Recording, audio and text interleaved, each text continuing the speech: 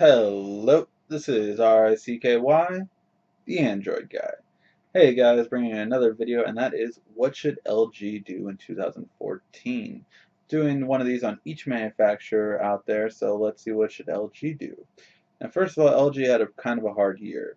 They wanted to sell 10 million G2s and only sold 2, I believe. I think that was the latest update. They only sold about 2. Say even 3. I mean, no matter what, it's just even if they sold 4 million, it's a huge lack of return on their investment that they've had. So they've had a hard time. Now they've had some success with the Nexus 5, but we've never gotten official numbers on there. So although everyone thinks, oh my God, Nexus 5 is an amazing phone that constantly sells out, it does, but that actually kind of brings me to believe that they don't have millions in production. They have probably hundreds of thousands in production.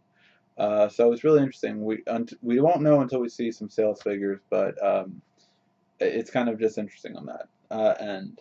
Now, what should LG do? Well, let's start off with the G3. G3, my first thing about it is, first is the buttons on the back thing. Okay, do that, but don't have it right next to the lens. It's not, doesn't fit correctly. Or have the lens on the left corner or right corner, but don't put the lens right above the buttons. What happens is people constantly swipe the lens and then it gets dirty. This is a problem that the HTC One Max had with their fingerprint reader, and it's something that I've noticed that a lot of people complain about on the G2. They accidentally press the camera or swipe the camera on it. Now, another reason why this is important is because you plan on having a fingerprint reader, supposedly. If you guys do have a fingerprint reader on this G3, then it's where you're going to put everything. I mean, you're going to have the buttons on the back, you're going to have a fingerprint reader on the back, or you're going to be logical, more so have it on the front, like the iPhone does. I don't know where you're going to put the fingerprint reader, but if everything's going to be back there, it's just going to be like a swiping bonanza. So I think it's just you're cluttering the back too much, which is weird because you're the only one doing it. So I would just say buttons should be more maybe in the middle, where people still hold it, especially if it's a long phone or if you do a curved display on the G3. You know, that's fine. Put it more in the middle so people can still do the whole one finger thing. But it's something that's really annoying that I've had a lot of people talk to and that they didn't like about it. Other than that, I mean, your hardware was top notch. The only thing is the OS and materials, which we'll go over in a second. The G Flex is the second phone. So the G Flex, if you are going to bring this device out to the US, market. Use marketing. I'm a marketing graduate, and my big thing is that I cannot stand that companies do not know how to market. The only one that's been doing really good is Samsung, followed by, of course, iPhone. iPhone does better marketing, Samsung does better advertising. And then Nokia has really done good commercials lately too, but that'll be another video. So market it. No one. The thing that I quoted on CNET when I was asked about the G2 was it's one of the best phones out there that no one cares about because no one knew about it. That's why you had to drop your price point from $200 to what, $50 now, and you still can't even sell it. So market, yeah, and get a good advertising company so that you get some good commercials, because these things of like, oh, where do your hands go, or what can you do with the finger, or what can you do with, it was just stupid. Um, Second thing, split screen. Are you gonna have that? Because if you are, when you come to the US, I don't know. I know supposedly Samsung had some sort of patent on split screen. That's why no one ever used split screen except for them on Android. But now if they're using it, then maybe that was false, or maybe it was only only a patent for a certain amount of years. I don't know what. But if you do split screen, learn from something that Samsung had to do for a while, which was have more apps work for it. If only like 5 apps work for split screen, it doesn't really benefit a lot. So mainly do that. OS interface.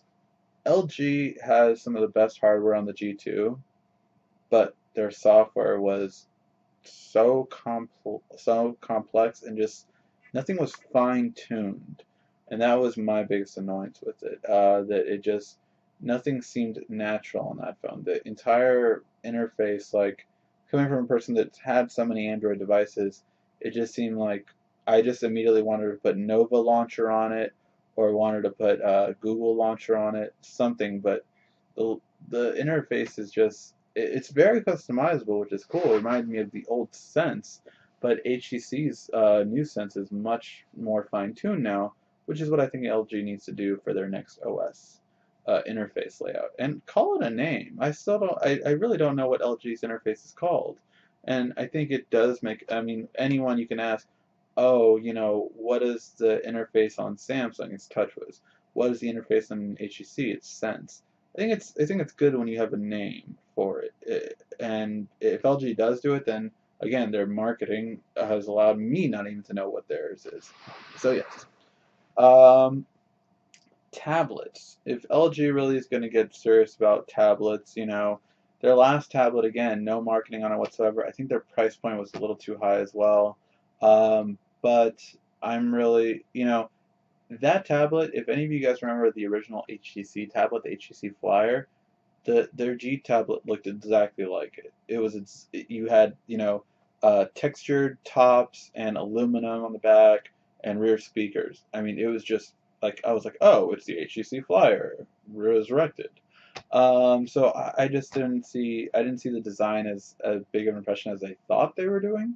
They thought it was different, but I didn't see that big of a difference. Again, hardware was amazing on it, everything, but it didn't feel finely tuned. I love the idea of being able to communicate with the phone, which was a really interesting thing. And again, these are things they should market better. But yeah, so that is for tablets. That is my advice on that. But do something different. Maybe have like a 8-inch with a keyboard dock, something that hasn't been done before. Do something different that no one else has. Because right now it's just like, oh, it's just another Android tablet, just like HP has an Android tablet, or just like Acer has an Android tablet, or like Asus has an Android tablet. Do something that hasn't been done before. The stylus is one of the main reasons why the Note series has been popular on Android and something that sets apart Samsung. But do something different, because you can't just have another tablet and think it's going to be a success, because it won't be. And lastly, the G Watch or the G Arc or whatever it's going to be called. It has to be different from Samsung and Sony. If it's the same thing, then it's just another smartwatch again. Samsung really tried something different. I mean, a camera, speaker on the back, the design-wise, it was really unique. No matter what you say about if you liked it or not, we've seen things from the Pebble, we've seen things from Sony smartwatch. They're coming out with their third smartwatch in 2014 supposedly. Make something different, and it has to have everything that both the Sony smartwatch had and that either the Gear had, or at least close to the Gear had. If it doesn't have a camera, maybe people won't mind that as much, especially if the price point is like $100 cheaper, $150 cheaper. You can gain market share. But I think LG should either try to establish itself as a high-end company or try to be a mid-range company. But their products keep going from like the G2, for instance, where it was supposed to be a high-end, but then it ended up being a mid-range in terms of price point. So I think that's very interesting how it turned out, but it's one thing that definitely hurt them.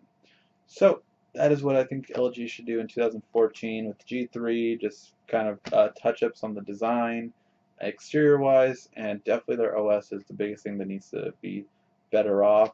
The G Flex, more marketing for it, and split-screen support.